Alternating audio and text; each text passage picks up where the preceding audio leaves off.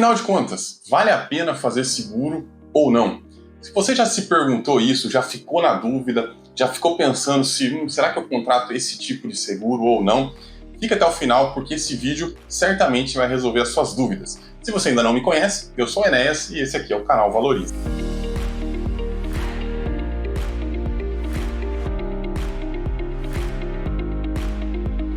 Como sempre, vou direto ao ponto, mas eu queria dizer antes que o objetivo aqui não é ficar apresentando os tipos de seguro que existem, mas é ensinar para vocês uma maneira de pensar em seguros que realmente resolva essa dúvida de uma vez por todas, e vocês podem aplicar aos tipos diferentes de seguros que te oferecem por aí. Então a minha ideia nesse vídeo é essa, e não ficar aqui discutindo cada tipo de seguro, apesar de que eu vou dar vários exemplos durante o vídeo e um pouco da minha opinião também.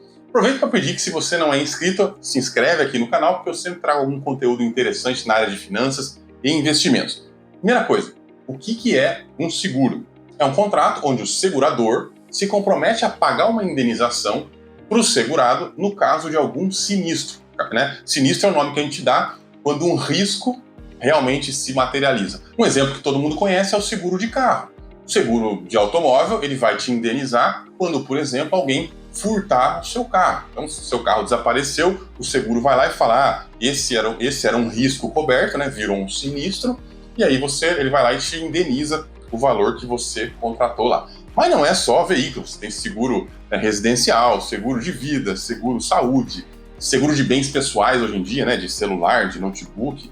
Tem o seguro prestamista, que é aquele que paga suas prestações no financiamento no caso de você ter uma invalidez ou morrer. Você tem seguro de cartão de crédito, você tem seguro profissional, né, que protege contra erros médicos, sei lá. Enfim, você tem uma infinidade de tipos.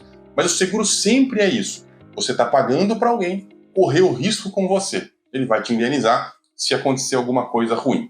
E acho que o ponto mais importante para você entender, para você avaliar se um seguro vale ou não a pena, é entender o risco.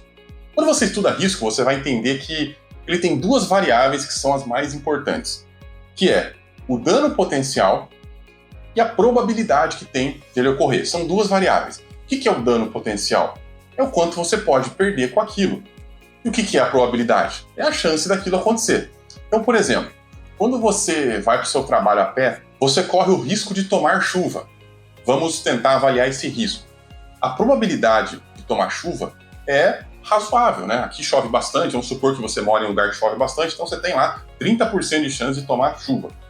Por outro lado, o dano potencial disso é baixo, você vai chegar um pouco molhado no trabalho e nada demais, né? Ninguém vai ficar doente, ninguém vai morrer, ninguém vai perder dinheiro, porque você tomou um pouquinho de chuva, então o dano é baixo, né? Mas a probabilidade é alta.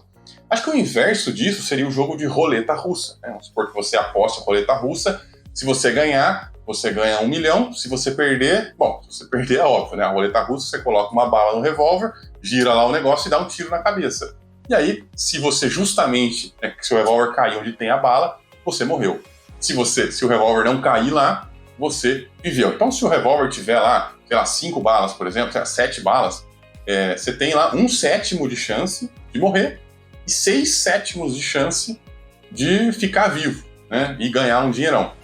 O risco de morrer, no caso da roleta russa, ele tem uma probabilidade até que baixa, né? É 1 em 7, 1 em 8, depende de quantas balas couberem ali no revólver. Só que o dano é muito alto, né? Porque se você perder, você morreu. Então o dano é o maior possível. Essa é uma forma de a gente analisar risco. E tudo que o seguro cobre é risco. Então a gente sempre tem que olhar do ponto de vista do risco. Quando a gente estuda um pouco sobre a literatura do risco, o que é apresentado para nós é que você tem mais ou menos 4 soluções possíveis quando você corre um risco. Você pode aceitar o risco. Aceitar seria como você ir para o trabalho sem levar o guarda-chuva, porque se chover você não está muito preocupado. Você prefere aceitar o risco do que ficar carregando lá um trambolho debaixo do braço todos os dias. Então você aceita o risco. Essa é uma possibilidade muito comum, tem muito risco que as empresas, as pessoas aceitam, não precisam fazer nada a respeito. A segunda possibilidade seria mitigar o risco, que vamos dizer assim, deixar ele um pouco mais suave, né? Seria mais ou menos assim: você tem um carro, e aí, para diminuir a chance do seu carro ser roubado, você deixa o carro no estacionamento. Você está mitigando o risco, você está diminuindo o risco do seu carro ser roubado. Uma outra possível resposta ao risco é evitar o risco. O que significa evitar o risco? É não correr o risco. Por exemplo, você não tem carro. E aí, você não tem como ter o seu carro roubado porque você não tem carro. Essa é a terceira possibilidade de resposta ao risco. E a quarta possibilidade, aliás, vocês vão encontrar algumas variações disso na literatura, mas é sempre alguma coisa parecida com isso. A quarta possibilidade é compartilhar o risco, que aí é dividir o risco com alguém ou pagar alguém para correr esse risco com você. E é exatamente o caso do seguro. O seguro você está compartilhando o risco. Você paga para a seguradora para ela correr o risco junto com você. Então, só para que fique bem claro, entendam, todo tipo de risco você pode aceitar, mitigar, evitar ou compartilhar. Isso é muito importante. Agora, se a gente olhar para a parte financeira de fazer ou não fazer um seguro, qualquer pessoa que tenha no mínimo 2 neurônios vai entender que, em média, financeiramente não compensa. Obviamente, né? Porque se compensasse para a gente, não compensaria para a seguradora. Então, em média, o seguro não compensa financeiramente. Você vai gastar mais de seguro na sua vida do que você vai utilizar. Não tem como ser de outra forma, porque senão a seguradora não lucraria nada, né? Imagina se ela pagasse mais indenização do que recebesse de prêmio, né? Então, é óbvio que financeiramente isso não compensa. Isso não quer dizer que você não tem que fazer seguro. Porque o que eu vejo por aí é um monte de canal no YouTube, um monte de gente falando para você, não, financeiramente não compensa, então eu não faço. Porque o que eu gasto seguro, em 10 anos dá para comprar outro carro, e fico fazendo essas continhas aí. Qual que é o problema das continhas? Qual que é o problema da matemática? É que as continhas levam em conta que não vai acontecer nada terrível, mas coisas terríveis podem acontecer. Então, quando é que compensa fazer um seguro, mesmo sabendo que financeiramente aquilo provavelmente não vai ser bom negócio? Quando o dano potencial tem a capacidade de te destruir, de destruir o seu patrimônio, ou de destruir a sua vida, de acabar com você. É como se fosse o exemplo da roleta russa. É melhor você fazer um seguro nesse caso, porque apesar da chance ser pequena, se acontecer, já era. Como a gente costuma dar o exemplo lá de você tem um carro, que é um carro barato para você, enfim, talvez nem precisasse de seguro, só que você precisa de um seguro contra terceiros. Por quê? Se você bater numa BMW, se você bater num carrão, o que acontece? A sua jornada de acumulação de patrimônio vai chegar a um fim prematuro, porque você vai ter que usar todo o seu capital para indenizar o dono da BMW que você amassou. Então, isso que é o mais importante quando você pensa em fazer ou não o seguro. O dano potencial é muito grave? Então eu vou fazer um seguro. O dano potencial é leve, eu posso administrar ele de outras formas, então o seguro não compensa. E quando é que o dano potencial é muito grave? Eu tenho algumas possibilidades aqui para falar. Primeiro é óbvio, é o seguro de carro. Não dá para não ter seguro de carro. Não porque ele compense, mas porque quando você sofre um acidente ou bate em um carro muito caro, enfim, esse tipo de coisa, isso pode acabar com o seu enriquecimento. E você só vive uma vez. Então, se você começou a enriquecer, bateu numa BMW e derrubou o seu patrimônio, já era, cara. Você não vai ter outra chance, você não vai poder voltar lá para os 20 anos de novo e começar. Então, por isso que o seguro, pelo menos o de automóvel, é um desses, que o dano potencial é muito grande. Um outro que está na mesma categoria é o plano de saúde. Um tratamento aí numa UTI, se você tiver algum problema, que for para uma UTI, ficar internado num hospital particular, isso aí pode passar de 100 mil reais em poucos dias. Uma cirurgia de emergência, ou de repente, uma doença que precise ser operada e você não tem condição de esperar o SUS, por exemplo. Isso acaba com o seu patrimônio de uma vez por todas. Claro, melhor acabar com o seu patrimônio do que acabar com a sua vida, óbvio. Mas melhor mesmo é ter um seguro-saúde, ou também chamado de plano de saúde, aqui no Brasil, que é onde você paga lá um valor mensal, que é para não ser um valor tão relevante. Claro, eu reconheço que nem todo mundo pode pagar um plano de saúde, ok, mas aí é o que eu sempre falo aqui, cuide do seu. Se você pode, tenha. Se o outro não pode, se prepara para ajudar. Porque não dá pra gente também ficar aqui reclamando que o mundo é injusto, Esse nunca foi o objetivo do meu canal aqui no YouTube. A vida é injusta mesmo. Se você tem condições, faça. Porque aí você até pode acabar tendo condições de ajudar quem está perto de você. Mas o plano de saúde é um outro seguro desse tipo. O dano potencial é muito alto. Mesmo que a possibilidade não seja tão grande, uma doença grave, um problema muito grave pode acabar com a sua vida, se você ficar dependendo do SUS, mas pode acabar também com o seu patrimônio, dependendo do que você precisar fazer. O seguro viagem também é desse tipo. Quando você viaja, principalmente para fora do país, se acontece uma emergência médica no exterior, tem muitos países do exterior que não tem SUS. Você vai lá e você tem que pagar tudo. E aí, assim, a dívida fica absurda, ou você fica sem atendimento médico e morre. Não é todo lugar que tem SUS, aliás, a maioria não tem. Então o seguro viagem vai te ajudar no caso de um problema fora do país. E é um seguro que costuma ser barato, é uma parte muito pequena ali do preço da viagem que você paga.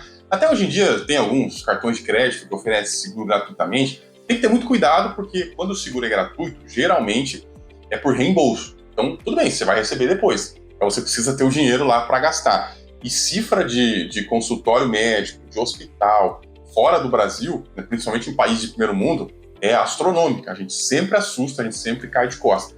Então, o seguro viagem acaba sendo aí bem interessante. Para algumas pessoas, o seguro profissional pode ser interessante também, né? De repente um médico cirurgião, o cara pode cometer um erro, e aí o cara vai ser processado e o cara vai ter que dar uma indenização gigantesca. Às vezes é interessante que esse cara também tenha um seguro profissional, porque isso pode poupar esse cara de simplesmente ser arrasado ali, né? Ter o seu patrimônio arrasado, ter até mesmo a sua profissão arrasada. No outro lado da equação estão aqueles seguros que o dano potencial é pequeno, né? Então você pode suportar só com a sua reserva de emergência. Por exemplo, seguro para celular, né? Pô, isso não faz o menor sentido, além de ser caro, tem uma franquia absurda, não sei se alguém já tentou resgatar um desse, ele é bem assim, ele realmente é injusto, ele não vale muita coisa, e o dano é muito pequeno, né? Você não deveria ter um celular que é maior do que o seu salário, por exemplo. Isso é um absurdo, eu vejo às vezes algumas pessoas fazem isso, né? Mas você não deveria, isso não é prudente. Então, o celular deve ser um bem que, para você, não é muito caro. Enfim, o seguro de vida é uma coisa que eu deixaria ali também um pouco de lado, porque, primeiro, que ele é caro, né? Segundo, que ele é bem difícil de receber.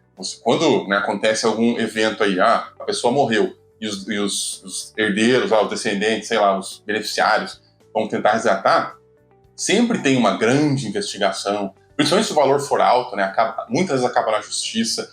Então, assim, seguro de vida, uma coisa é quando você compra, como tudo na vida, né? Como previdência, algumas outras coisas. Quando você compra o seguro, contrata, beleza, tá tudo bem. Quando você vai precisar, é que você começa a encontrar realmente aí os entraves. Então, eu, pessoalmente, não gosto muito. Por quê? Eu prefiro acumular patrimônio, aí o patrimônio fica para minha família. Eu acho isso muito mais eficiente. Aí tem até gente que fala, mas você contrata o seguro de vida para poder ter o dinheiro de pagar o imposto e destravar o patrimônio, não sei o quê. Até faz sentido, mas com a dificuldade que as pessoas têm de receber o seguro de vida, ele acaba ficando ali meio, né? Então, depende, né? Eu acho assim, tem pessoas que dependem de você e você não construiu um patrimônio ainda suficiente para que elas sobrevivam, né? Talvez seja o caso até de ter, mas de repente você já tem um patrimônio formado, já tá, né? Já construiu ali um patrimônio ou está construindo, talvez não seja tão relevante assim. Enfim, como eu disse, a escolha final ela é sempre pessoal, mas a gente sempre tem que levar em consideração a ótica dos riscos. E, aliás, é isso que eu queria falar na nossa conclusão. O que destrói o pequeno investidor não é o baixos retornos. Nunca foi isso. Ninguém quebrou porque ficou investindo em poupança a vida inteira. Nunca. O que destrói o pequeno investidor é altos riscos. Quando a pessoa corre baixos riscos durante toda a vida, ok, pode ser que ela enriqueça menos. Mas isso é bem melhor, é preferível ao prejuízo grande de correr altos riscos. Então a gente sempre tem que olhar as coisas na ótica dos riscos. E no caso do seguro, continua sendo essa mesma regra. Então, em linhas gerais, eu recomendo fazer menos continha, né, menos ficar fazendo projeções de que se o seguro funciona ou não, e mais essa lógica. Nós temos que evitar os danos altos, os danos catastróficos, porque a gente só tem uma vida para viver. Então, se você tem um dano catastrófico no meio dessa única vida que você tem, já era. Você condenou, provavelmente, a sua vida inteira. Então, a gente tem que pensar em se proteger dos danos potencialmente altos demais. Eu quero deixar como pergunta aqui para vocês é o seguinte: que tipo de seguro já foi oferecido para você, ou você viu, e você nunca faria de jeito nenhum? Seguro de celular, seguro de cartão de crédito, enfim, seguro de vida resgatável que tem hoje em dia, né? O que é que você jamais faria de jeito nenhum? Deixa aqui nos comentários para a gente poder conversar um pouquinho sobre esse assunto. Eu volto semana que vem. Até lá!